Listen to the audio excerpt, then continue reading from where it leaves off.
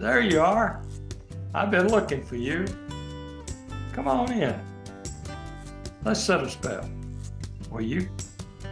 I've been hoping that you stop by because I want to visit with you. Here's something unusual I want to share with you today. I'm going to talk about one of my books.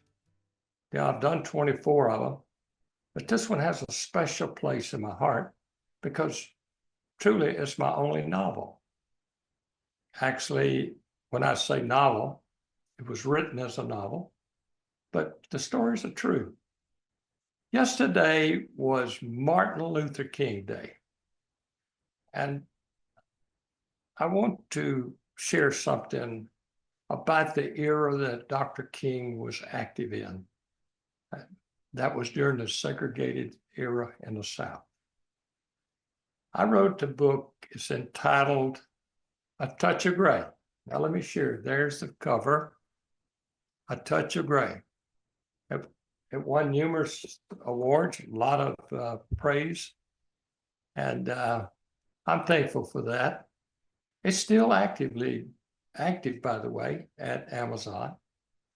But this is a story about the enduring, challenging relationship between two kids, Victor Louis Anderson and William Erasmus Jackson, better known as Tater. It also involves their respective families and the small farming community where they live. There would be nothing really unusual about the relationship between Victor and Taylor unless you understand they lived in the rural South or rural Southern Alabama during the segregation era, which I mentioned earlier. Taylor was Black and Victor was white. The social climate in the farming community where they grew up was highly unfavorable for two youngsters of different races developing and sustaining a relationship. That was a time of separate schools, churches, eating places, restrooms, and even water fountains. The houses that Victor and Taylor lived in were worlds apart, although the homes were only about 100 yards from each other. But despite these differences, Taylor and Victor were virtually inseparable during their years together on the farm until the social and cultural issues of the time irreversibly altered the course of their relationship. The story itself is, I guess the best way to say it is a compelling, honest portrayal of life in the segregated South in the early 1950s. There are references and resemblance to actual events, places, or persons that will ooze with the truth for some readers. It might even jolt other readers back to a time they just seem to forget. Either way, the story is true and the characters are real. If our storyline clearly demonstrates anything, it's how the desires of the heart can be eclipsed by circumstances.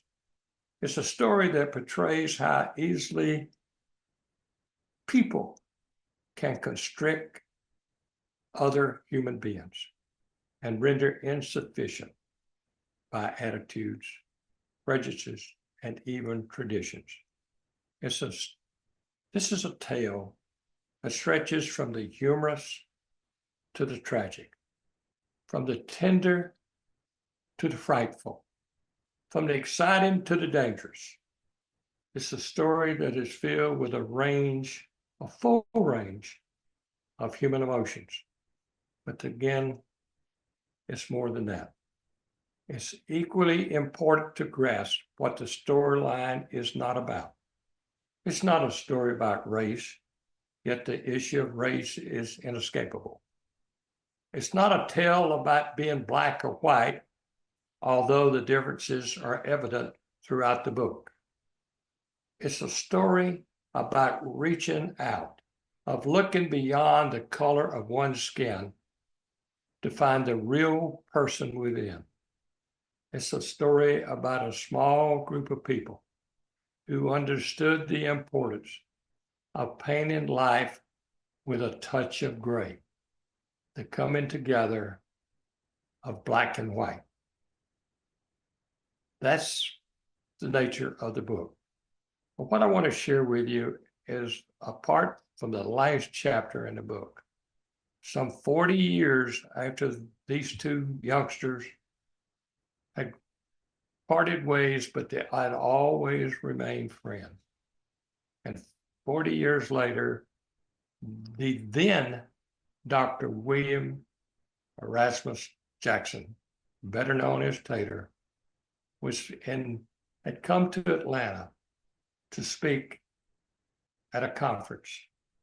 And let me share some of what he had to say with you, because I think it's very appropriate for where we are in our day and age.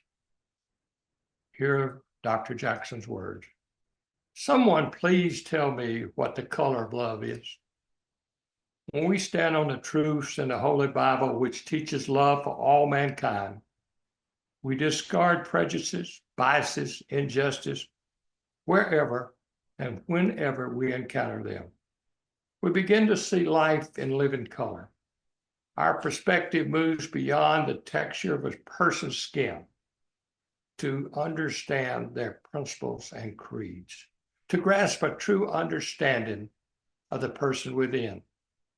We come to appreciate that individual for who he or she is, and not what he or she is. Let me repeat that again. We come to appreciate that individual for who he or she is, not what he or she is. So today, I plead for expanding your life's diversity. I beg of you not to sit on the sidelines. The fruits of life are found in the blessings that people of diversity can dispense to each other for the greater good of all mankind. My hope for all of us going forward is that racial equality and diverse thinking are products of our hearts and bear fruit in ways we have never before experienced. I hope we'll find ourselves on the front line of racial reconsideration. I hope we will accept that diversity is not a people thing. It's an individual thing. It's a simple matter of each one of us, each single individual here, reaching out with a willing spirit and a caring heart to all individuals we meet of a different race, a different creed, a different culture, or a different color. I hope we truly understand that no one is better than anyone else. So when you exit the building today, I challenge you, if you haven't done so, to begin the process of making a difference in the life of someone different than you. It starts with a simple gift called time. Take time to give of yourself, for in life we only get to keep what we give to others, because what we keep for ourselves, we eventually lose. Believe it with all your heart, because it's true. May all of us understand that we, in our endeavors to be better stewards of each other, are following the master plan. I'm Lou Vickery, author of 24 books. You can find A Touch of Gray. You can find it at Amazon.